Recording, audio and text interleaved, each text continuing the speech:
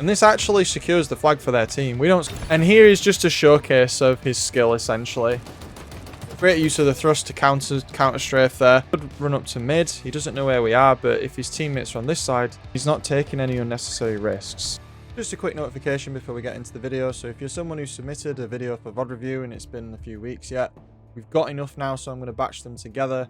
And we're going to be looking at those over the summer. The channel's going to be picking up with 2 streams a week and multiple videos per week over the summer for about a 5-week period, getting as much done as I can over that time. This is the time of year where I can be as busy as possible, get the most done, and have the most fun with the YouTube channel. So without further ado, let's get into the video versus Frosty from FaZe. Okay, so here we are. So this is a game against iTz Frosty from FaZe Clan. Recently won the HCS Arlington, as well as the one prior to that. And he was in one of my ranked games because he wasn't placed yet. So this is complete demolition. We had a video this week where I showed you a perfection in Team Arena. Now I'm going to show you the other side where somebody absolutely slaps me. So here's this Aquarius CTF game. We do manage to pull some flags, our flag from them, but you can see that there's going to be a lot of dominance going on. So let's start breaking down the gameplay from Frosty. So you can see that he's very quick off the bat here, and he's curb sliding to try and get that advantage, get to that shotgun. And he's trying to see what his team's doing. Now, none of us pushed this side of the map, which was probably a mistake. And he's got that discipline where he's let us run past him. And this is something that a lot of players just don't have, and it's something I've been getting familiar with again, is the trigger discipline and the need to not immediately shoot someone if you see them. So notice how he walked all the way up to get a good shot before he took the shot. Kills my teammates, tries to look where we are, he's trying to play for the power up. There's me going down there. And then they get a complete collapse on us, taking the util side, or the gen side. And you definitely want to be taking gen side on this map. We'll head into shot call to just sort of explain why that is, but we'll keep calling back. It's something we've done in the past for this map. When we do a map guide, we'll probably touch on it again. But let's have a look at shot call for Aquarius really quick.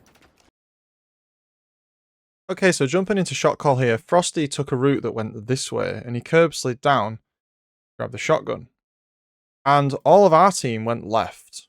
So what we've happened is almost like what happens on live fire a lot of the time, is he was able to get the flank on us with a bit of discipline and then push across because our team didn't exert enough pressure this way fast enough. So when you're starting off on Aquarius, you really want to be making sure you take that gen side, but you also want to really make sure that you're trying to get top mid so you can get some momentum to start trying to go for the enemy flag.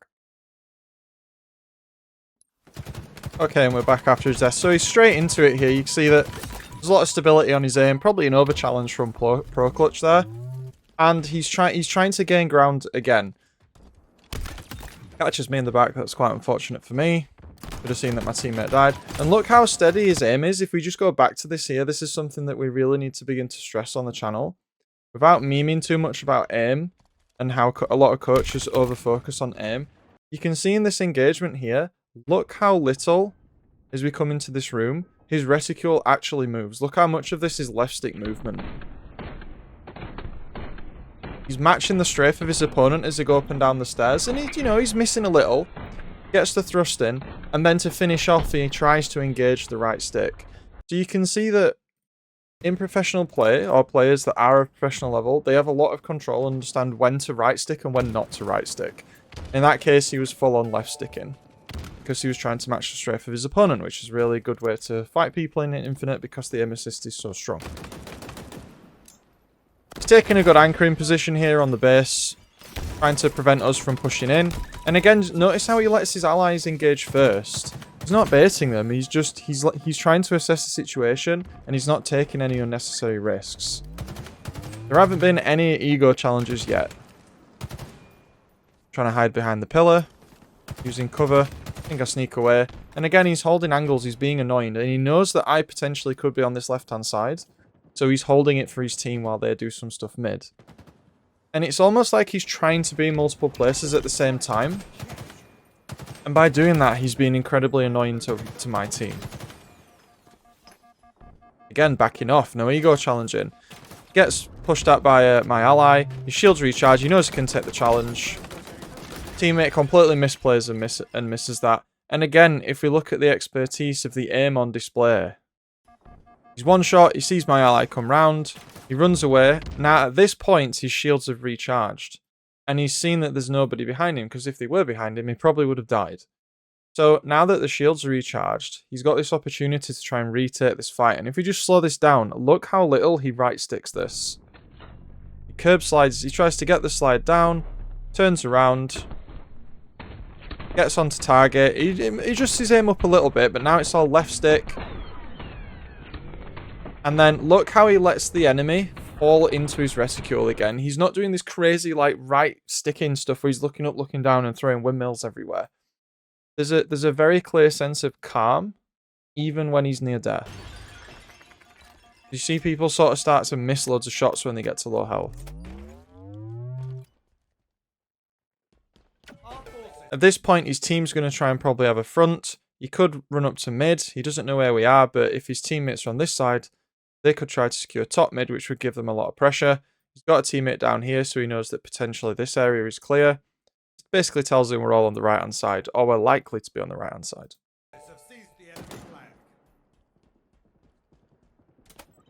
Gets the collapse on that player with his teammate.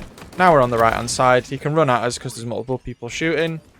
Grabs the thruster, which is an incredibly powerful piece of equipment. You should make sure you always get it. And he just gets caught by a stray grenade.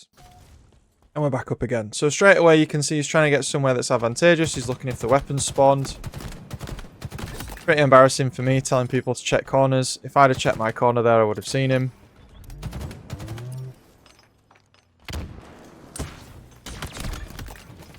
Using the thruster to close the gap, making sure he's using the equipment. And look here how he's using the wall to be such a menace to the person he's trying to fight. He let his team do part of the work as well. Notice, and it's something we've said on the channel before, let your team do 75% of the work. He is letting them engage, he's letting them start the fights, and if he's one shot, he's not challenging those fights, he's letting his team clean them up, and he's holding good angles in case the person who's one shot tries to trade him out. Good right stick in there. Sometimes you do need to right stick. And at the moment, my team is losing here because we just simply can't keep up with the map pressure. The fact that he's able to cut through us like this, and if we go over to shot call again, I'll show you what I mean by cut through. And so when we talk about cutting through, what we mean is that he pushes through here with the heat wave, takes out the enemy there, and as he does so, he knows that we're pushing sort of down this way. So now he's effectively got a flank on us, and this is why it's important when ranks are broken, when you're in formation like this, that it's communicated. We were not communicating in our team, and we were also not paying attention to what was happening either. So this gave him the perfect opportunity to essentially flank round either way he wanted, and as util side, car side is the strongest side on this map, he chose to go that way. So that essentially will cause us to now spawn potentially in the fridge area, giving them a free flag cap to the other side of the map. Let's carry on.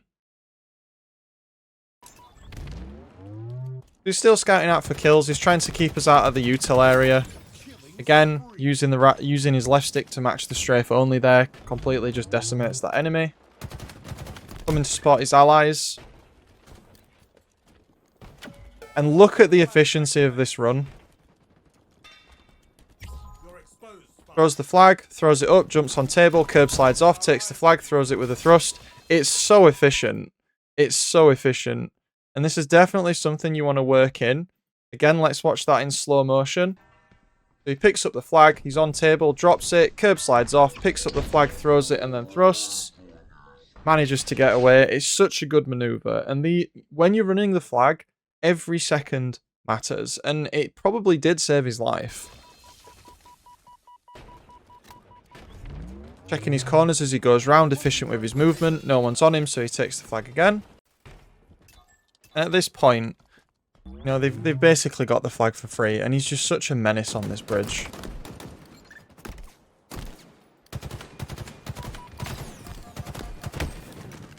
And he's such a menace on this bridge, and you just want to be holding that to keep so much pressure. And we keep pushing to the pump side, which is giving them free reign over the car side.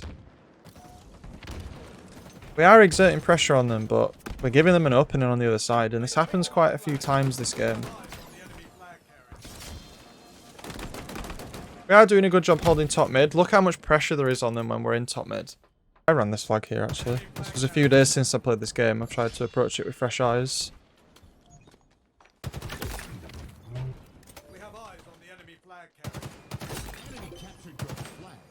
Yeah, and then I hide behind the pillar. So again, look at... I'm well aware of the situation I'm in here. Look how I'm not challenging this. A lot of people would have ego peeked that. And he predicts that I would have gone forward, but I actually went backwards. But now he knows that I'm on this side, so he's challenging forward to not give us room. Fortunately, his melee doesn't go through. My ally manages to get him. Spawned up in the fridge, grabs ammo. There's never a wasted moment with his gameplay, and that's what you should be watching. The target here should be as efficient as this. There's never a moment where he's not doing anything. And looking back at my own gameplay and other people's as well, we spend a lot of time not doing anything. Good right stick there, little flick to the top right as the target went. And then again, he just cuts through us, and we talked about this earlier. As he came down around here and got the kill, he knew that I was in fridge over here, so he gets the kill here, cuts across, cleans up, and now he's got a clear run with the flag. He's not directly engaging with us. Look again at the efficiency, looking down, doing a bit of strong siding. If you're not sure what that is, it's where when you one shot, you look down, crouch, and move away. Well, you don't have to crouch, but strong siding is when you look down and move away. Another popularly referenced movement is the Gandhi hop, which is where you jump and crouch in the air. That was really popular in the Halo 3 days.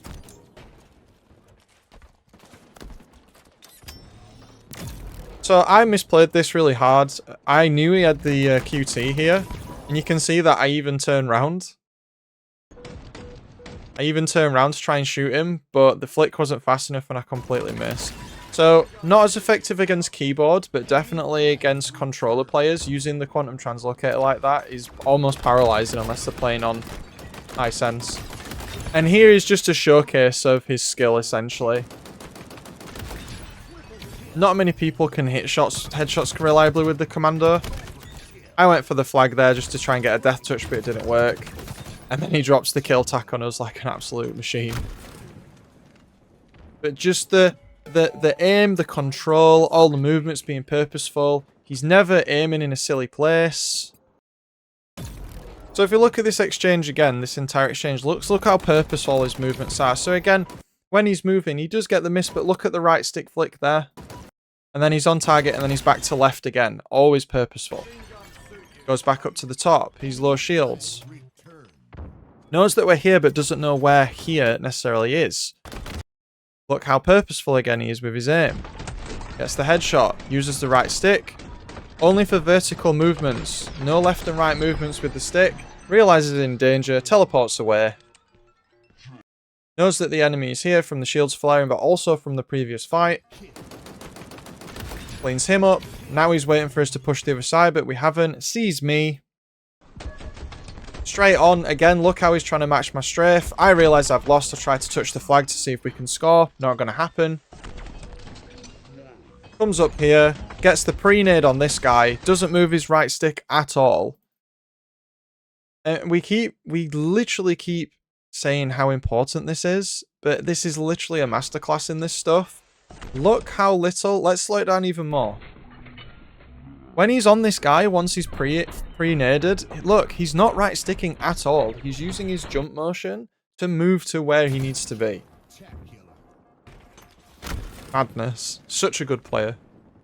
Spawns in fridge, maybe he was getting a drink or something. Speaking of which. Gets the kill on there. And again, this top mid control being a menace. They are quite far ahead here, so he's pushing quite hard. But he's not looking for engagements, he's looking for information. And he's not seen anyone. So he's going to run it again. No sided the slide jump off the base yet again. He's not going to suicide run the flag because he knows that 4 people are alive. Not pushing too hard. Someone behind him. You're going to try and escape in a non-predictable way. A lot of people maybe would have gone bottom shotgun there. And then acts as a meat shield for his teammate. Totally taking Neeks out there by sliding in front of his flag carrier. And it's just that, as we say, it's that purpose and that positioning. He's not trying to force anything too hard. He's almost letting the opponents make mistakes themselves. He's sliding away because I don't want to get murdered.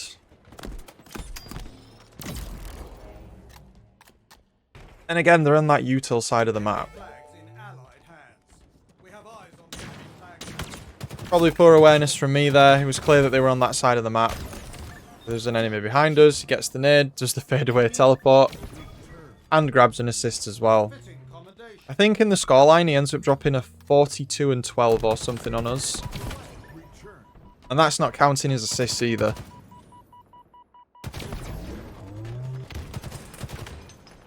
Using the cover effectively again. Maybe moved a little bit too forward there, but he got flanked from the side by my teammates. That was a good move from my teammate. And I just want to take this moment to highlight that you can be an amazing player like this, but Halo's a team game, and if your allies aren't putting pressure on the opponents, you will get pushed like that, you will get shot in the side, and you will die. So it doesn't matter if you're Frosty or Renegade or Lucid, if your teammates aren't covering the flanks and they die, you will die. Positioning is key, and it changes so fluidly constantly, especially on Aquarius, which is an incredibly fast map. I know that he died, and I know we've said this, but I'm just going to say it again. Watch the reticule in this fight. Now he's on target. Look how he's matching the strafe. It's not moving at all, apart from towards the end. Gets the kill, gets traded out. It doesn't even matter. Okay, thinking where we were previously, he's trying to see if he can take ground again, even though he's on the fridge side. So a target. And he's not, he threw grenades and he could have shot, but he didn't. Behind us. He tries to thrust. I think he just aimed in the slightly wrong place there, and I managed to just jump up and get him. The enemy carrier has revealed themselves. Not a good place to be aiming from. Holding his car side again. We are now realizing that we need to be on that side of the map, and we have had a few flag pulls at this point. Very steady aim. He's very good at hanging back, and one of the strategies that he's using a lot is he's letting events unfold first, and then he's going once we've put ourselves into a trap, and me pushing in front of him like that then was a really good example of that. If he doesn't do anything, we don't know he's there. And that's more dangerous than knowing he's there. Because if I know he's there, I'm going to play differently. If I don't know he's there, then he could potentially get the drop on me like he just did. And this actually secures the flag for their team. We don't score this flag because of what he's done. Great use of the thrust to counter strafe there. We just let that play out again. When you're in a scenario like this, it's common for strafe battles to go like this. But as he gets weaker, about here, you want a hard push to one side, preferably at the end of a strafe over here. And what this does is it will cause controller players to struggle to get back to where they need to be because you move so quickly. The auto aim snaps off. It doesn't work as effectively against mouse and keyboard. I'm going to do more stuff on mouse and keyboard versus controller in the future. But it's very effective against controller to almost go to one side, and then as soon as you get to the end of your expected strafe, to then thrust in the opposite direction because it throws off the auto aim.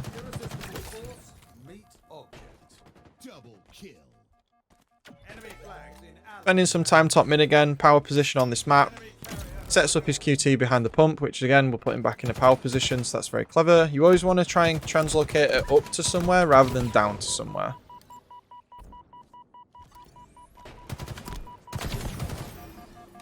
No, knew he had it in his back pocket. Maybe ping was on his side there, or someone missed. But it was good. It was a good idea.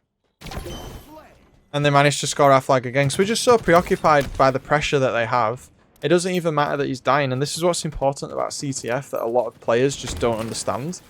It's not Slayer. You can win without necessarily fully committing to kill the other team. You want to bait them into an engagement while your front player gets the flag. And that's essentially what they just did.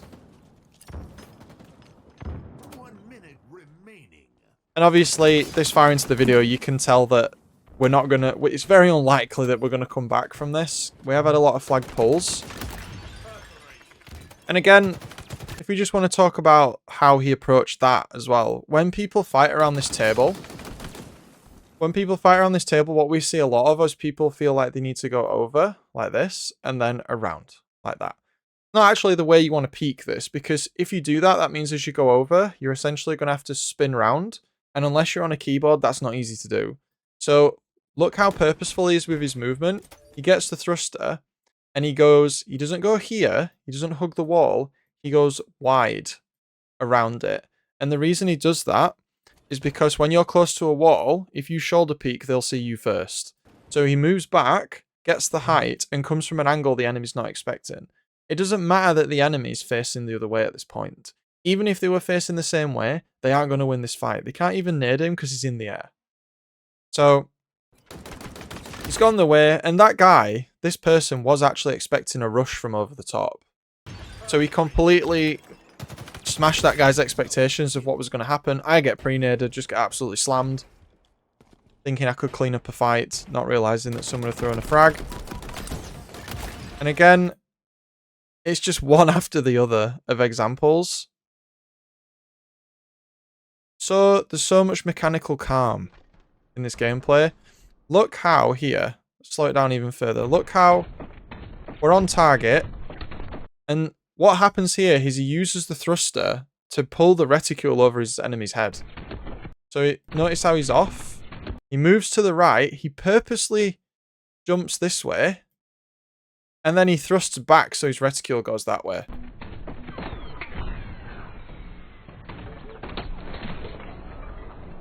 Brilliant. With right stick correction as well. He was pulsing the commando there as well, not spamming. We managed to get him there, but there was literally 3 of us. He was being so much of a nuisance, and at this point, the game's essentially won for his team. So it's almost a victory lap here. Spawning in P1 tells him that we're probably in util side. Not that it matters at this point in the game. And he's trying to kill his teammate. I think they were pre-made together. Oh, he knows they must have commed that there was someone there. So that's the game against Frosty, and hopefully you can see that, you know, I'm happy to put up my perfection matches, but I'm also happy to put up matches where I get completely car crashed. Brilliant player. Hopefully you learned something from this. I'll put the score on. But that's the end of the video for this week.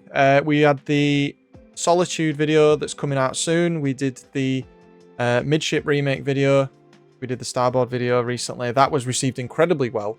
And we'll be moving on and doing the Solitude video very shortly that's similar. And we'll also cover all the old maps as well. People seem to really liking those videos, so we'll be doing those. But in the meantime, guys, this has been Vanadam. I hope you enjoyed the video, and I'll see you in the next one. See you later.